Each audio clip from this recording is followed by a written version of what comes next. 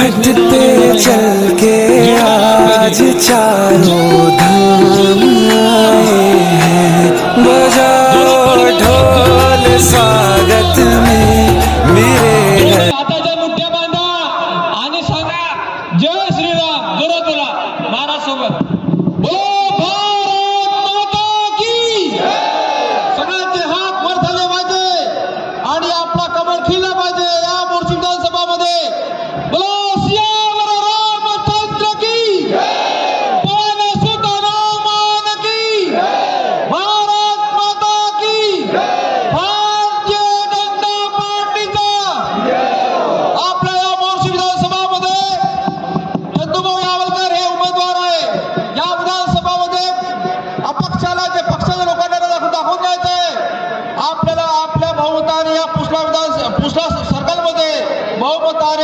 आणि मोर्शी विधानसभामध्ये चंदूभाऊ याळकर यांना विजय करायचा आहे। ओम नमो पार्वती पते हर हर महादेव। हे बघा जिथे उभे आहेत त्यांना विनंती आहे, पाठीमागं महिला भगिनी आहे तुमच्या, सगळ्यांना इकडे येऊ द्या। स्टेजच्या समोर खूप जागा, इकडे येऊ द्या। महिला भगिनी आहे, या समोर या। सगळे लोक समोर आहे, महिला भगिनी थांबलेल्या आहेत। सगळ्यांना विनंती आहे, इकडे जागा शिल्लक आहे, जागा शिल्लक आहे, आपण सगळ्यांनी इकडे या। या सगळे जण समोर समोर या। बंधूंनो, आपल्याला आपली हिंदू शेरनी नवनीताई राणा यांचं आपल्याला उद्बोधन या ठिकाणी ऐकायचं आहे। फक्त लवकरच त्या आपल्याला उद्बोधन करणार आहे। मी सगळ्यांना विनंती करतो, जे समोर उभे आहेत त्यांना की समोर समोर येऊ द्या। हा, समोर येऊ द्या, या पटापटा येऊ द्या समोर या, लवकर लवकर। काय निष्पन्न झालं तुम्हा आम्हाला? तुमचं मंत्रीपद केलं महाराष्ट्राचं, बरोबर आहे ना की खोटं आहे? भुयारला निवडून दिलं नसतं, आदरणीय बोंडे साहेब निवडून आले असते तर मंत्री राहिले असते की नसते राहिले? आपल्या भागाचा विकास झाला। यांना सुद्धा काही समाजकंटकांनी तिसराच उमेदवार उभे करून त्यांचा पराभव केला, त्यांना माजी केलं। काही जर आज खासदार आले असत्या तर निश्चितपणे मंत्री बनले असते की नसत्या बनले असत्या ना? त्यांची प्रसिद्धी नुसतं आपल्या अमरावती जिल्ह्यातच नाही तर पूर्ण आपल्या भारतामध्ये, भारत देशामध्ये एक खासदार असून सुद्धा त्यांनी नावलौकिक केलेलं आहे। असे आमच्या ताई आहे, म्हणून त्यांना आपण हिंदू शेरनी म्हणत आहोत। ताई, आम्ही बोंडे साहेबांसोबत दिल्लीला आलो होतो, तेव्हा किसान मोर्चाचे अध्यक्ष, राष्ट्रीय अध्यक्ष त्यांच्याकडे गेलो। त्यांनी सुद्धा आम्हाला विचारलं, वो लड़की आपकी तरफ की है बोला, जो पूरे इंडिया में चमक रही। मैंने बोला हाँ साहब नहीं है। बोंडे साहेब होते, मी होतो, अमिराजी खाते होते, ही प्रसिद्धी आपली तुम्ही मिळून दिलेली आहे। त्यामुळे लोकांमध्ये तुमच्याबद्दल खूप असा आदर आहे। म्हणून मी आपल्या सगळ्यांना सांगतो की येत्या 20 तारखेला माननीय चंदूभाऊ याळकर यांच्यासारखा आज इथे पवित्र माणूस नाही, त्यांना कोणत्याही प्रकारचा लोभ नाही। लोभ याच्यासाठी नाही की त्यांनी त्यांची करून कहाणी सांगितली। त्यांच्या कुटुंबामध्ये ते 4 लोक होते। 2 वर्षाच्या आधीच त्यांची पत्नी त्यांना सोडून गेली। 2 मुली आहेत, त्या सुद्धा आपापल्या घरी जाईल। म्हणून त्यांचा करप्शन हा विषय नाही, करप्शन होतं ह्या मागच्या आमदाराचं। 700 करोडचा आकडा राजो, किती? 700 करोडचा गाफा बघा। म्हणून विनंती करतो, जास्त बोलत नाही, बोलण्यासारखं खूप काही आहे, मोठे नेते बोलणार आहे। म्हणून येत्या 20 तारखेला आदरणीय चंदूभाऊ यांच्या कमाई या चिन्हासमोरील बटन दाबा आणि त्यांचा बंधनित विजय करा। एवढं त्या प्रसंगी आपल्या सगळ्यांना नम्र विनंती करतो। ठिकाणी प्रमुख वक्त्या हिंदू शेरनी या ठिकाणी आलेल्या आहे आणि आपके लिए 2 लाइन बोलता हूँ। वतन के वास्ते अपनी जान तक लुटा देंगे हम। तुम्ही असे आहात, वतन के वास्ते अपनी जान तक लुटा देंगे हम। हमसे टकराए तो उसकी हस्ती मिटा देंगे हमसे टकराएंगे तो उसकी हस्ती उठा देंगे हम। सर हिमालय का कभी ना झुकने देंगे हम, सर हिमालय का कभी हम झुकने न देंगे हम। वतन के रुखवाले शेरे जिगर है हम। अशा आमच्या त्यांच्या नावामध्ये नवनीत आहे, त्या नवनीत नाही आहे, त्या फायर आहे, फायर। अशा नवनीत ताईंचं स्वागत करण्यासाठी मी आपल्या पुसला गावाच्या सगळ्या सौमिताई खेरडे यांनी सगळ्यांनी समोर यावं. या सगळ्या जणी या ज्योतिताई कुकडे सगळ्यांनी ताईचं एक भगवी शाल घालून आपल्याला स्वागत करायचं आहे. लवकर या. सुनीताताई ठाके लवकर हा लवकर या पटापट. प्रतिभाताई लवकर ताईंचं स्वागत करायचं आहे. असे आपल्यामध्ये ताई आलेले आहे. उजेड होऊ द्या थोडा. उजेड बाजूला होऊन भगवी शाल पूर्ण भगवी का असं नका देऊ. पूर्ण असं पांघरून द्या. भगवा आहे पूर्ण भगवा. हो त्या मातुश्रीच्या समोर जाऊन भगवा लहराला देईना साधारण नाही आहे. जय श्रीराम. जय श्रीराम. चंदूभाऊ आगे पळो. जोरदार आवाज पाहिजे पुस्तकांनो. चंदूभाऊ आगे पळो. नवनीतताई आगे पळो. डॉक्टर पांडे साहेब आगे पळो.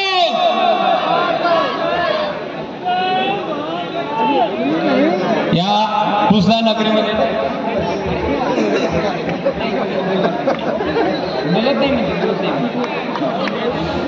आपल्या या पुसला नगरीमध्ये मी सर्वांना विनंती करतो, आपल्याला भाषण ऐकायचं आहे. राऊत भाऊ सगळं समोर या. इकडे या. ते उभे आहे तिकडे सगळे जागा इथं. ताईंचं भाषण अर्धा तास राहणार आहे. तुम्ही उभे राहणार आहे का अर्धा तास? या लवकर समोर या. असं मधात उभे हे नका करू. या समोर.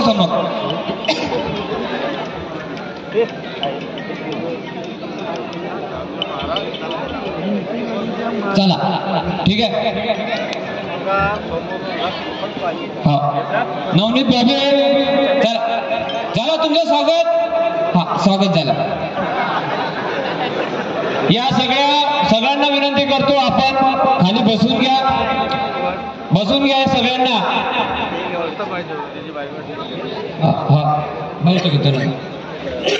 यानंतर जे आपले लोकप्रिय उमेदवार आहे चंदूभाऊ यावलकर, त्यांच्यासाठी मी एक लाईन बोलतो, 1-2 लाईन.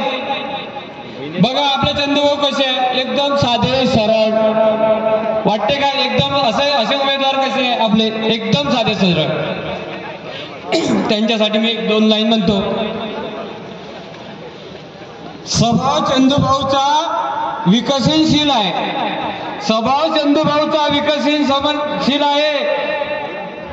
समय के साथ सोच गतिशील है. स्वभाव चंदूभाऊ का विकसनशील है. समय के साथ सोच गतिशील है. हर गरीब के आवाज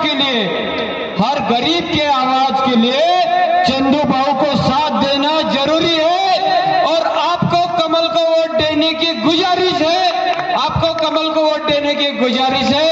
अशा आपल्या चंदूभाऊला मी या ठिकाणी आमंत्रित करतो. त्यांनी एवढ्या या सभेला आमंत्रित. सर्व देवतुल्य साधू संतांना तसेच थोर पुरुषांना नमन करतो.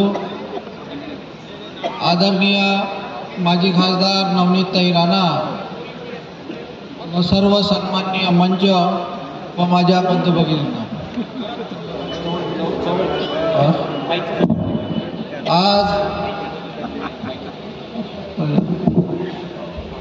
आज आपण या ठिकाणी या नवनीतजी राणा ताईच्या सभेला या ठिकाणी उपस्थित झाला, त्यासाठी सर्वप्रथम आपले आभार.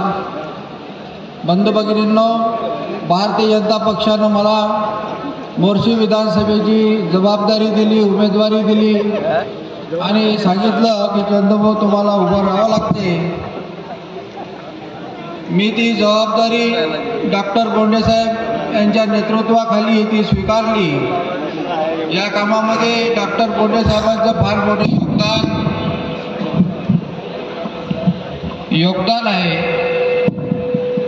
बंधू भगिनींनो, मी एक सामान्य कार्यकर्ता आहे. 2001 पासून मी नगरसेवक आहो. आजपर्यंत वरुण नगर परिषदचा 65 वर्षापासून आमच्या परिवाराचं अखंड कार्य, सेवा कार्य सुरू आहे. 95% समाजकारण व फक्त 5% निवडणुकीच्या काळातलं राजकारण आम्ही करतो. अतिशय निस्वार्थ सेवा माझ्या कुटुंबानं आजपर्यंत केलेली आहे. म्हणजे मी शाबासकी तुमची मिळवण्यासाठी सांगत नाही, पण वस्तुस्थिती सांगितली पाहिजे. त्याच्यासाठी की आता ही विधानसभा निवडणूक आहे, मी उभा आहे.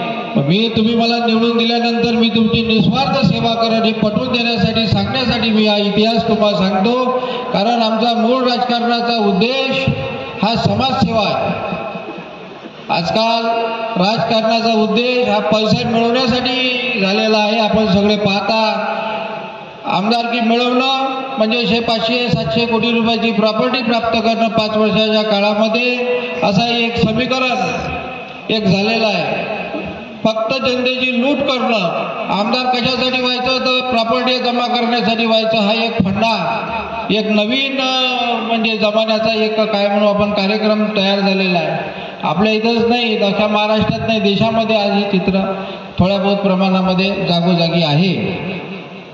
आपल्या मतदारसंघामध्ये 5 वर्षाच्या काळामध्ये आपण पाहिलं जे चित्र निर्माण झालं, सर्वसामान्याची काळजी घेतल्या गेली नाही.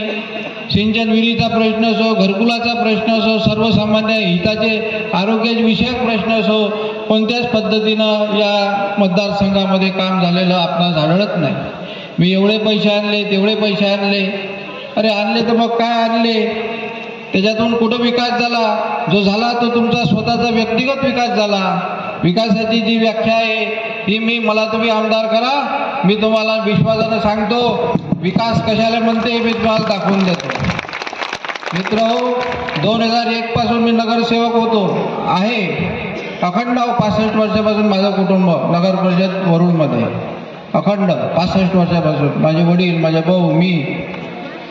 तुम्हाला सांगतो, एक वेळा मला आमदारकीची तुम्ही लोक संधी द्या, मी विकास कसा असतो, काय असतो हे या मतदारसंघाला दाखवून देईल. आपल्याला संधीच आजपर्यंत मिळाली नाही, त्यामुळं आपला चेहरा तुम्हाला म्हणजे आमचं कार्य तुम्हाला दिसलं नाही. एक वेळा फक्त संधी द्या.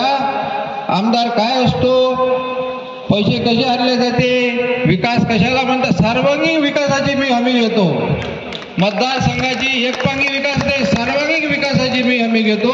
खेड्याचा विकास असो, शहराचा विकास असो, अतिशय चांगल्या पद्धतीचं मॉडेल या मतदारसंघामध्ये डॉक्टर अनिलजी बोंडे यांच्या नेतृत्वाखाली आपण उभं करू, एवढा मी तुम्हाला विश्वास देतो. अतिशय चांगलं काम तळागाळातल्या माणसासाठी असो, मध्यम वर्गासाठी असो, वरच्या वर्गासाठी असो, शेतकरी, शेतमजूर, लेकरांसाठी असो, शिक्षणाच्या बाबतीत असो, आरोग्याच्या बाबतीत असो. आता विषय अनेक आहे, प्रत्येक गावाच्या शहराचे वेगवेगळे विषय आहे. ते सर्व विषयाची मी गॅरंटी घेतो. मित्र, विश्वासानं फक्त येणाऱ्या 20 तारखेला मला मतदान करा. विकास कसा असतो हे मी तुम्हाला दाखवून देतो. माझे सगळ्यासोबत केंद्रासोबत चांगले संबंध आहे, राज्यासोबत भारतीय जनता पक्षाचं सरकार येणार आहे, त्याच्यामुळे सगळ्यांसोबत माझे अतिशय चांगले संबंध आहे. या संबंधाचा फायदा आपल्या मतदारसंघाला, आपल्या लेकराबाळाला, आपल्या मातृशक्तीला, बहिणीला, भावाला, शेतकऱ्याला, शेतमजुराला मिळवून देण्याचा मी तुम्हाला एक विश्वास देतो आणि माझे 2 शब्द संपवतो. जय हिंद, जय महाराष्ट्र. चंदभाऊ, आमचं गाव आहे ना, हे पंढरी आहे, पंढरपूर आहे. बावीजी आमचं गाव. आमच्या गावामध्ये विठ्ठल रुक्माईचं मंदिर आहे, तुम्ही बसलेले आहे. तिथं महादेवाचं मंदिर आहे, तिकडे रामाचं मंदिर आहे, इकडे दत्ताचं मंदिर आहे. आमचं गाव एकदम पंढरपूर आहे. मी या ठिकाणी बाबीजींना सांगू इच्छितो, बाबीजींना माहिती असेल कदाचित की डॉक्टर बोंडे साहेबांचा पराभव हा जरूर षडयंत्र करून झाला. त्या बाबीजींना हे माहिती आहे, आपल्याला सगळ्यांना माहिती आहे की एक पिक्चर असते बदले की आग, आणि त्याच्यामध्ये बाबीजींना चांगल्या तऱ्हेनं माहिती आहे की काही लोक विलन असतात. विलन, याच्यामधला एक मोठा विलन राहत होता जरूरमध्ये, देशमुख नावाचा. आमचे चंदूभाऊ त्याच्यावर बोलत नाही, डायरेक्ट बोललो, आपण बोलो. देशमुख नावाच्या एका जरूरच्या व्यक्तीनं षडयंत्र रचलं डॉक्टर बोंडे साहेबांना हरवण्यासाठी, आणि त्याला साथ दिले एक मोठा प्रमुख विलन. बाबीजी पिक्चर मधलं तुम्हाला जास्त माहिती आहे त्याच्यामध्ये. आणि दुसरे कोणते होते, साईड विलन होते ना. त्याच्या साईड विलन मध्ये एक हातुरण्याचा होता ठाकरे, तोही आता उभा आहे लिफाफा घेऊन. त्याच्यात बाजूला दुसरा साईड विलन होता कराळे, तो पोरगावांचा आहे, तोही आता तुतारे घेऊन उभा आहे. आणि त्याचा एक नौटंकी बाज होता, त्यानं गाडी पेटवली, त्यानं डॉक्टर मुंडे साहेबांवर आरोप लावले. आता तो गडाय बांधून उभा आहे. या सगळ्याचा बदला घ्यायची वेळ आली आहे की नाही? तुम्ही सांगा पुष्पवालाकर, आपल्याला बदला घ्यायची वेळ झाली की नाही? आपल्याला चंदू भाऊला निवडून द्यायचं आहे की नाही? ताकदीनं म्हणून राहिलो, चंदू भाऊला आपण निवडूनच देऊ. त्याच्यासाठी आपल्या सगळ्यांना आवाहन करण्यासाठी बाबीजी या ठिकाणी आलेले आहे. तत्पूर्वी मी काही नवयुवक मॅडम आपलं स्वागत करू इच्छिते. तर बाजारातल्या भागातले काही नवयुवक आहेत, आणि लवकरात लवकर बाबीजीकडचं स्वागत करावं. लवकर या फटाफट. आणि जामठीचे काही पवार समाजाचे लोक आलेले त्यांनी स्वागत करा फटाफट.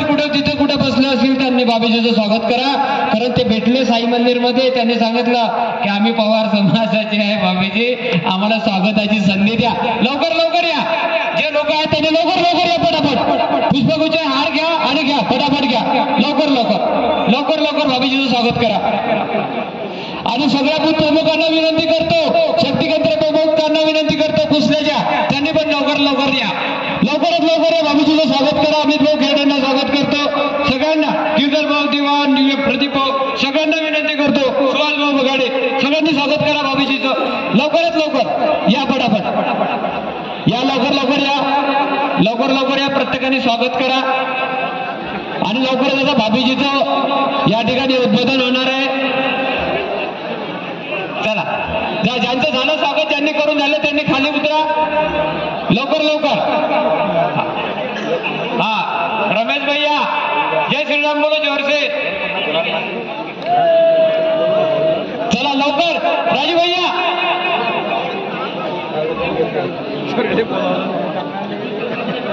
बाकी जे बूथ प्रमुख आले का सगळे?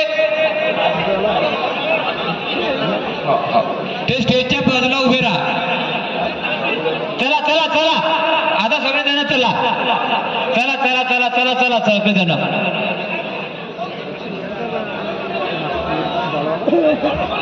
हा, थांब रे बाबा, थांब. बूथ प्रमुख सगळे जण.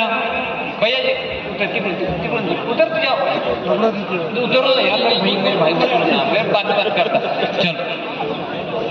चला, बूथ प्रमुख आले का आपले सगळे शक्ती केंद्र प्रमुख? विनंती करतो, आपल्या पुसल्यातील बूथ प्रमुख, शक्ती केंद्र प्रमुख, सगळ्यांनी गणेश वानकडे सगळ्यांनी या. सगळे बूथ प्रमुख आणि शक्ती प्रमुख यांनी सगळ्यांनी बाबीजीचं स्वागत करा. घ्या लवकर घ्या. बाबीजी पूछने वालों का प्यार बहुत है आप पे, इसलिए वो पूरा समय लेंगे आपका 10 बजे तक, पूरा समय लेंगे 10 बजे तक.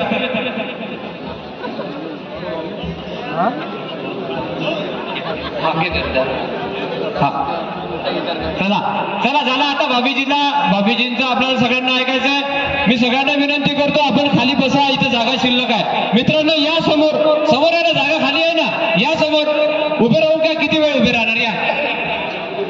आता आपण हिंदू शिरणे नवनीत ताईर राणा यांना मी मंचकावर आपल्या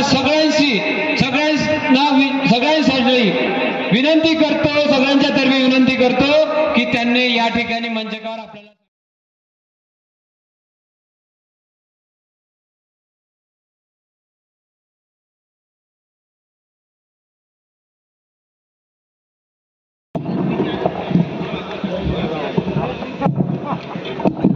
छत्रपती शिवाजी महाराज यांना मानाचा मुजरा करते. डॉक्टर बाबासाहेब आंबेडकर यांना अभिवादन करते. आई जिजाऊ, आई रमाई, अहिल्यादेवी होळकर, सावित्रीबाई यांना सुद्धा नमन करते, अभिवादन करते. आज ज्यांच्या प्रचाराकरिता आपण सगळे इथे उपस्थित झालो आहे असे आमचे चंदूभाऊ यावलकर, राजूभाऊ राऊत, डॉक्टर मनोहर दादा, अमित भाऊ, बबलू भाऊ, देवेंद्रजी, देवानंद, गिरी महाराज, आशिष भाऊ वानकडे, सरिताताई, देशमुख दादा, राजेंद्र भाऊ, नितीन दादा, डॉक्टर वानकडे साहेब, रुपालीताई, श्रेयश, आमचे श्रीखंडे, आरतीताई, ऐश्वर्याताई, अमित भाऊ, प्रतीक दादा आणि ज्यांच्याकरिता आम्ही इथपर्यंत आपल्या गावापर्यंत आले अशी आमची सगळी मातृशक्ती, आमचे युवक, आमचे सगळे बुजुर्ग, आमचे मतदार, आमचे सगळे मायबाप, त्यांना सगळ्यांना मनापासून नमस्कार आणि जय भीम. जय श्रीराम. हर हर महादेवाचं मंदिर आहे समोर, विठ्ठल रुक्मिणी सुद्धा आहे आणि विहार नक्की असून आमच्या बाबासाहेबांच्या आणि आमचे सगळे महिला आणि जेवढेही मंचावर उपस्थित आहे भारतीय जनता पार्टीचे उमेदवार, या मतदारसंघामध्ये लोकसभामध्ये जे परिणाम आले, लोकसभा क्षेत्र जिल्हा हा, जेव्हा लोकसभाचे इलेक्शन झाले, चंदूभाऊ अमरावती लोकसभा क्षेत्र आणि वर्धा लोकसभा क्षेत्र, या दोन्ही लोकसभा क्षेत्रामध्ये जेव्हा निकाल लागलं, माझे मतदारसंघामध्ये भारतीय जनता पार्टीचा एकही आमदार नव्हता, फक्त एक रवीजी माझे पाठीशी आमदार म्हणून उभे होते. 6 आमदारांना तोंड देता देता लोकसभाच्या इलेक्शन मध्ये, कारण खोट्याची बाब एवढी गोरगरिबां लोकांमध्ये राहुल गांधी काँग्रेसनी पेरली होती की माझा लढता लढता लढता 6 आमदारांना तोंड देता देता शेवटी तेव्हा माझा दम निघाला आणि 5,06,000 मतदान मी 6 आमदारांच्या विरोधात त्या लोकसभा क्षेत्रामध्ये घेतला होता आणि मात्र 10,000 माझा पराभव झाला होता.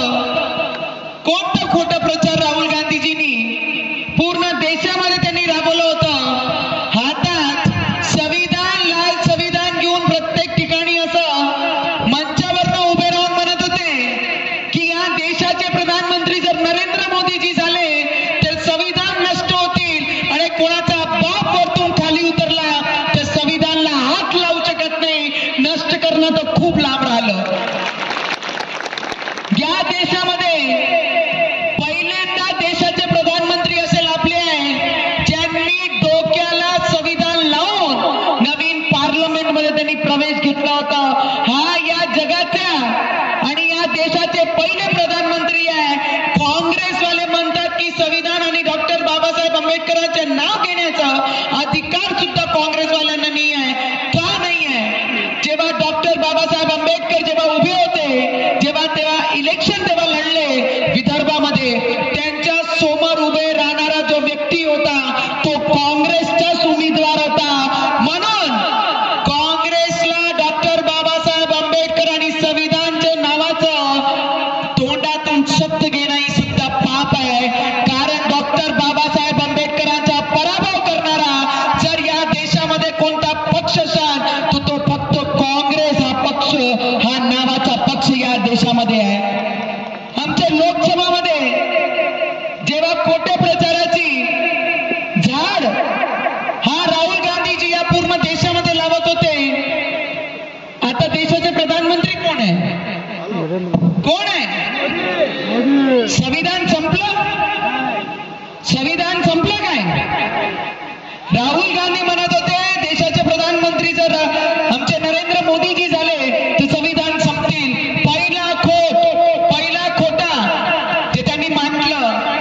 दुसरा जे खोटा प्रचार त्यांनी केला की देशाचे प्रधानमंत्री नरेंद्र मोदीजी बनतील तर आरक्षण संपतील. देशाचे प्रधानमंत्री कोण? आरक्षण संपलं. तिसरा खोटा प्रचार त्यांनी केला, खटाखट खटाखट खटाखट खटाखट खटाखट खटाखट खटाखट. किती रुपये?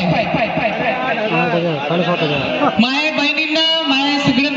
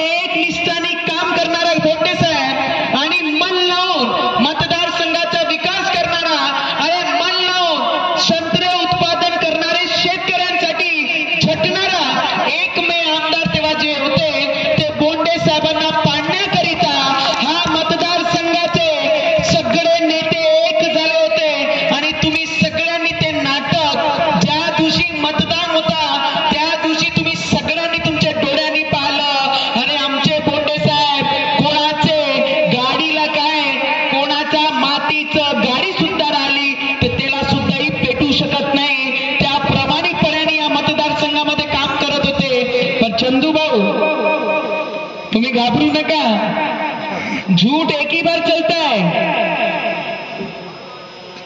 बार बार नहीं चलता है। दुनिया को बेवकूफ एक ही बार बनाया जा सकता है, खुद की गाड़ी जलाकर। अब कोई खुद का घर जलाए, खुद की गाड़ी जलाए, खुद का बंगला जलाए या खुद को करे कुछ भी, अब इस मतदार संघ में अब ऐसा कुछ नहीं होगा। या मतदार संघात मतदान फक्त कमळवरच होईल, दुसरा कोणालाही मतदान या मतदारसंघामध्ये होणार नाही। झूठ, तुफान, नाटक हे फक्त एकचदा चालू शकते, दर इलेक्शनला हा नाटक चालू शकत नाही। या मतदारसंघामध्ये बरेचसे लोक आता मेंढक कशा येते पावसात उतू उतू बाहेर येतात, बरेचसे मेंढक बाहेर आले आहे, उतू उतू बाहेर निघून राहिले। पूर्ण जिल्ह्यामध्ये जर चर्चा असेल ना तर या मतदारसंघाची चर्चा आहे। कोण कुठून उभा आहे, कोण कोणाचा नातेवाईक आहे, कोण कोणाला सपोर्ट करत आहे, कोण कुठून उभा आहे। फक्त मी तुम्हाला एकच विनंती करीन, चंदू भाऊला या मतदारसंघामध्ये, यावलकर दादाला या मतदारसंघामध्ये 40 वर्षानंतर यांना तिकीट विधानसभाची आमदारकी लढवण्याची भेटली आहे। म्हणून मी सगळ्या परिवारांना हात सोडून विनंती करते की चंदू भाऊच्या पाठीशी तुम्ही उभे राहा। कारण चंदू भाऊ गेल्या एवढ्या वर्षापासून जर नगरसेवक म्हणून या पिढी ते काम करत आहे, तर किती इमानदार व्यक्ती आणि त्यांचा परिवार आणि त्यांचा कुटुंब असू शकते। आणि जर हे आमदार झाले तर मी तुम्हाला शब्द देते, जे माझे शेतकऱ्यांना मनामध्ये धकधुकी आहे, आजही काँग्रेसवाले खोटे प्रचार करत आहे, आजही दरवेळी दर ठिकाणी दर सभेमध्ये जाऊन खोटा प्रचार करत आहे। आणि आमची भारतीय जनता पार्टी आणि आमचे देवेंद्र फडणवीसजींनी सरळ सांगितलं आहे, 26 तारखेला आमचे भारतीय जनता पार्टीचे मुख्यमंत्री बना आणि जसा मुख्यमंत्री बनला तसा सगळ्यात पहिले कॅबिनेटमध्ये निर्णय होणार आहे की सगळे शेतकऱ्यांची कर्जमाफी हा भारतीय जनता पार्टीचा मुख्यमंत्री करा।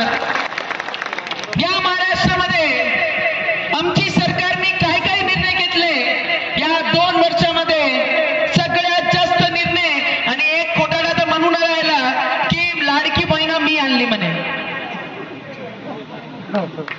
या मतदारसंघामध्ये एक खोटाडा काय म्हणून राहिले की लाडकी बहिणा मीच आणली, मग भारतीय जनता पार्टी काय करून राहिली? तू जर आणली दादा तर भारतीय जनता पार्टी मध्य प्रदेशमध्ये लाडकी बहिणा योजना आमच्या मामाने आणली आणि त्याच भारतीय जनता पार्टीने महाराष्ट्रामध्ये लाडकी बहिणा योजना दिलेली आहे। तू एकटा नाही, आमची भारतीय जनता पार्टी आमचे मामाने मध्य प्रदेशमध्ये सुरू केली आणि त्याच्यानंतर आता तुमचे मुलांचे मामा म्हणजे देवेंद्र फडणवीसजी जे मंत्रालयात वर बसतात, त्यांनी लाडकी बहिणा योजना हे महाराष्ट्रामध्ये आणलेली आहे। आणि आता बरेचसे ऑपोजिशन लोकांच्या पोटात खूप दुखून राहिलंय, खूप जोरात दुखून राहिलं। म्हणते 1500 रुपये काय होते? काय होते का 1500 रुपये? काय होते का 1500 रुपये? माझ्या बायांना विचारा किती काय होते?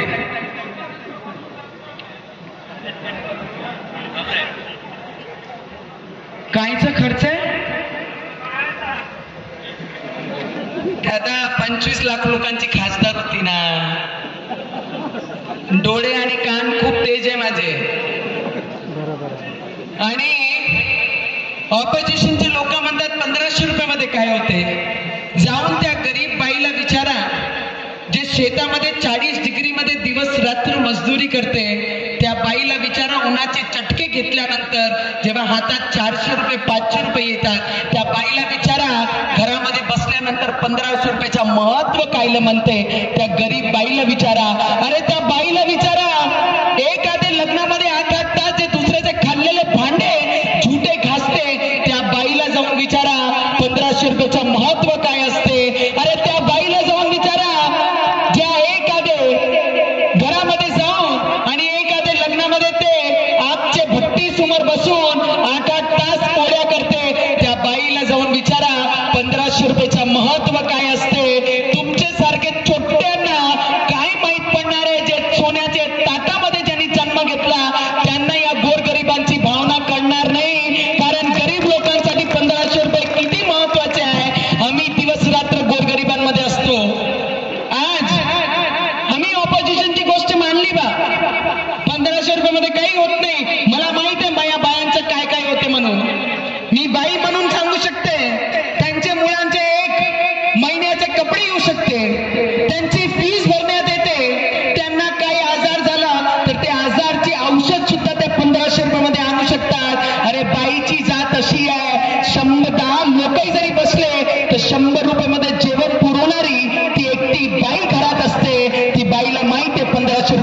त्यांना कसं चालवावं लागते म्हणून. चंदूभाऊ, तुम्ही ज्या पक्षात आहे, मी ज्या पक्षाचा आहे, पक्षामध्ये आहे आणि जेवढेही कार्यकर्ता ज्या भारतीय जनता पार्टीमध्ये आहे त्या पक्षाने आणि तुमच्या सगळ्या मुलांचे मामानी आणि माझे भाऊनी देवेंद्र फडणवीसजींनी आता जशी 26ला सरकार बसली, पुढच्या महिन्याचे जे लाडकी बहिणा योजनाचा टप्पा येईल ते 1500 रुपये नसून 2100 रुपये प्रत्येक लाडकी बहिणा योजनाच्या खात्यामध्ये इथे येणार आहे. सगळ्यात महत्वाचं चंदूभाऊ, तुम्ही जसे आमदार झाले तुम्ही होणारच. सगळे हुशार लोक आपसामध्ये भांडत राहील. एक सरळ साधा माणूस तुमच्या बरोबर निवडणूक लढताय. सगळे हुशार लोकांना आपसीत भांडू द्या, पण तुमच्यासाठी जे काम करणार आहे असे चंदू भाऊला तुम्ही सगळे त्यांच्या पाठीशी उभे राहा आणि त्यांना निवडून आणा. कारण सरळ साधा माणूस हा गोरगरिबांचे कामं करू शकतात. जर तसे लोक निवडून आले तर स्वतःच्या परिवाराची फक्त संपत्त्या ते वाढून घेणार आहेत, तुमचं काम करून घेणार नाही. तुम्ही जर निवडून आले चंदू भाऊ, आमच्या देवेंद्र फडणवीसजींनी सांगितलं आहे, मी माझ्या जिल्ह्यामध्ये येणाऱ्या काळामध्ये जेवढे पांढरण रस्ते आहे, जेवढे शेत रस्ते आहे, एकही मातीकरण नाही करणार आहे, एकही खडीकरण नाही होणार आहे. 100% ग्रामा नंबर असो की ग्रामा नंबर नसो, प्रत्येक शेत रस्ता हा डांबरीकरण झाला पाहिजे. त्याकरिता आपण काम केलं पाहिजे. रवीजी, आपण, बोंडे साहेब, आम्ही जेवढे तुम्ही विधानसभामध्ये जरी बसले, तुम्ही सगळ्यांनी मीटिंग घेऊन सगळे रोड झाले, सगळे मोठे आम्ही ब्रिजेस केले, हायवे केले. पण आता जिथे माझा शेतकरी दिवस रात्र ज्या शेतामध्ये राबते आणि माल काढायला जेव्हा त्यांना त्रास होते, त्या शेतकऱ्यांना याच्यानंतर त्रास झाला नाही पाहिजे. आणि आमच्या मुख्यमंत्री भारतीय जनता पार्टीच्या बनल्यानंतर मी तुम्हाला शब्द देते की अमरावती जिल्ह्याचा एकही शेत रस्ता हा मातीकरण नाही, 101% सगळे डांबरीकरण करून आपण आपल्या सरकारकडून आणू. चंदू भाऊ, एवढं सोपं नाहीये लढणं आणि इथपर्यंत निवडून येणं. मी 2019 मध्ये अपक्ष म्हणून निवडून आलेली लोकसभा सदस्य होती, पण पूर्ण कार्यकाळमध्ये 2.5 वर्ष माझे करोनामध्ये गेले आणि 2.5 वर्षामध्ये सुद्धा आजही माझ्या मतदारसंघामध्ये जेवढी लोकप्रिय मी खासदार असताना नव्हती, त्याच्यापेक्षा डबल दुप्पटीने लोक मला प्रेम करायला लागले की या बाईने एकटी असून 6 आमदाराला तोंड दिला आणि 5 लाख पेक्षा जास्त मतदान एकट्याच्या भरोश्यात रवीजींच्या सोबत उभे राहून त्यांनी घेतल्या. त्या मतदारसंघामध्ये गोरगरीब घरकुल महिलांचा जे प्रश्न आहे, ग्रामीण मध्ये 1.5 लाख रुपये, 1,30,000 रुपया, 20,000 रुपया शौचालयाचे जे भेटतात. दादा चंदूभाऊ, मी जे बोलत आहे सगळे प्रश्न तुम्हाला अधिवेशनामध्ये मांडायला लागेल. कारण जे अट त्यांनी ग्रामीण आणि शहरी विभागची टाकलेली आहे, शहरामध्ये 2.5 लाख रुपये आणि 1,30,000 ग्रामीण मध्ये जे घरकुलाचे भेटतात, ते येणाऱ्या काळामध्ये आमचे देवेंद्र फडणवीसजी ज्या दिवशी मुख्यमंत्री झाले त्याच्यानंतर हा अट आम्ही महाराष्ट्रामध्ये काढून घेऊ आणि 2.5 लाख रुपये जर शहरामध्ये घरकुलाचे भेटते, ते 2.5 लाख रुपये हा ग्रामीण मध्ये घरकुलाचे सगळे गोरगरिबांना भेटेल, त्याची जबाबदारी आम्ही घेतो. या पूर्ण मतदारसंघामध्ये चंदूभाऊ सोबत बोलत असताना त्यांनी मला सांगितलं की रोजगाराचा मोठा प्रश्न आहे. पण आज जे लोकसभामध्ये निवडून गेलेले आहे ते ऑपोजिशनचे खासदार आहे. या लोकसभा क्षेत्रातून ऑपोजिशनचा खासदार गेला आणि अमरावती लोकसभा क्षेत्राचाही ते ऑपोजिशन मध्ये जाऊन बसताय. म्हणून मी सगळ्यांना विनंती करते की जे आमचे योगी आदित्यनाथजी सांगतात, बटोगे,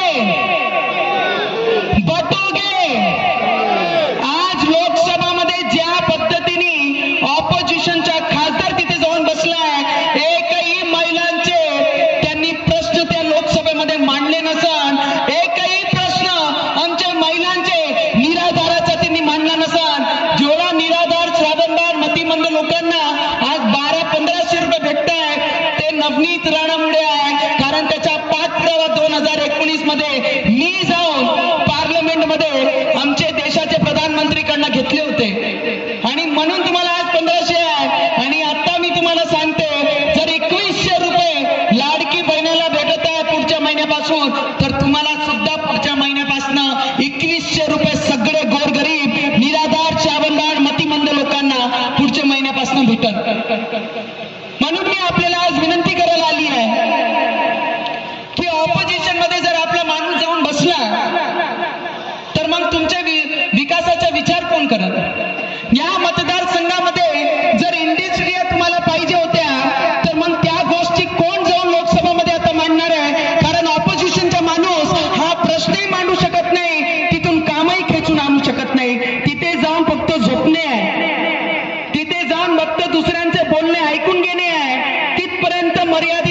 ऑपोजिशनचे लोक.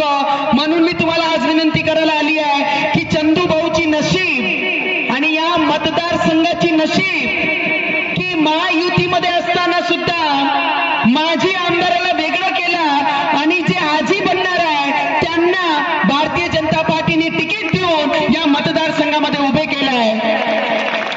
म्हणून मी आज आपल्याला हात जोडून विनंती करते की मतांचं विभाजन होऊ देऊ नका. माझे वेळी जर मतांचं विभाजन झालं नसता, प्रत्येक बूथवर जर 4 मतं पडले असते तर तुमच्या समोर आज नवनीत राणा माझी नाही आजची खासदार उभी राहिली असती. आणि तो दुःख जर तुम्हाला तुमच्या डोक्यावर घ्यायचं नाही आहे तर चंदू भाऊला तुम्ही जास्तीत जास्त मतदान देऊन या मतदारसंघाचा विकास करून घ्या. एवढीच विनंती मी तुम्हाला आज करायला आली आहे.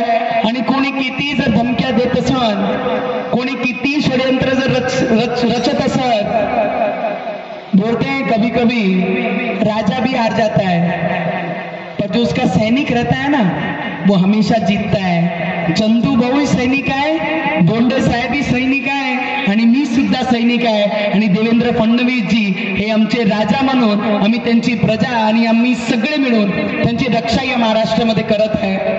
आज या गावामध्ये दादानी म्हटलं की शेजारी 150 घरात आहे. गावाचं नाव काय? जामतीचे बरेचसे लोक इथे आले आहे, बरेचसे MBBS MD डॉक्टर्स आहेत तिथे. तर मी तुम्हाला आजच म्हणते, मी खूप कमी पुढे लांबपर्यंत येते, पण आपल्या गावामध्ये माझी सासरवाडी समजून मी नक्की आपल्या गावाला एक दिवस भेट देईन. फक्त शर्त एवढीच की एकही मतदान त्या गावातून दुसऱ्याला गेलं नाही पाहिजे. फक्त शर्त तेवढीच राहील. आणि तुम्हाला सुद्धा सगळे महिलांना मी मनापासून विनंती करीन की भारतीय जनता पार्टी या गोरगरिबांच्या पाठीशी उभी राहणारी आहे. भारतीय जनता पार्टी हा शेतकरी शेतमजदूरांच्या पाठीशी उभी राहून त्यांच्या बाजूनी निर्णय देणारी आहे. भारतीय जनता पार्टी हा महाराष्ट्राला एक दुसऱ्या लेवलवर आणणारी पार्टी आहे. भारतीय जनता पार्टी एक विचार घेऊन चालणारी पार्टी आहे. हा पक्ष कोणत्या परिवाराच्या विचारावर नाही, या देशाला पुढे आणण्याकरिता काम करते. म्हणून मी आज आपल्या सगळ्यांना विनंती करताय, चंदू भाऊचं चिन्ह काय? जोरात बोला ना. बायांना सांगा भांडायला आता पदर खोचते, पूर्ण गावाला माहित पडते की फलानी बाई भांडून राहिली म्हणून. चंदू भाऊचं चिन्ह काय? काय? थोडंच आवाज आहे. नंबर काय? नंबर काय? आमच्या देशाचे प्रधानमंत्री एकच नंबर. आमचे महाराष्ट्राचे देवेंद्र फडणवीसजी एकच नंबर. आमचे महाराष्ट्राचा विकास ते सुद्धा एकच नंबर. आणि जर या मोर्शीचा विकास करायचा आहे तर मतदान कोणत्या नंबरवर करायचं आहे? आता तुम्ही मला मुलगी म्हणा, सून म्हणा की परिवारातली सदस्य समजा, बहीण समजा. आज मी तुम्हाला फक्त हात जोडून विनंती करायला आली आहे की भारतीय जनता पार्टी येणाऱ्या काळामध्ये शेतकऱ्यांची, ज्या दिवशी आमचे मुख्यमंत्री देवेंद्र फडणवीसजी बनले त्या दिवशी सगळे शेतकऱ्यांचं कर्जमाफी हा पहिले कॅबिनेटमध्ये आम्ही करणार आहे. थोडा मी तुम्हाला शब्द देऊ शकते. कर्जमाफी हवी आहे की नको आहे? हवी आहे की नको आहे? ते तेव्हाच होऊ शकते जेव्हा आमचे या राज्याचे मुख्यमंत्री देवेंद्र फडणवीसजी बनाल तेव्हाच. आणि आज फक्त एवढंच बोलते आणि सगळ्यांचा आशीर्वाद. आमचे रवीजी उभे आहेत तिथे.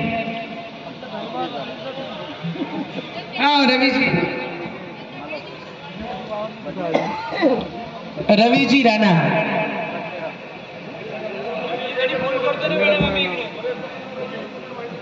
नाही, तुमचे वरुड मोर्शीवाला विषय नाही बाबा.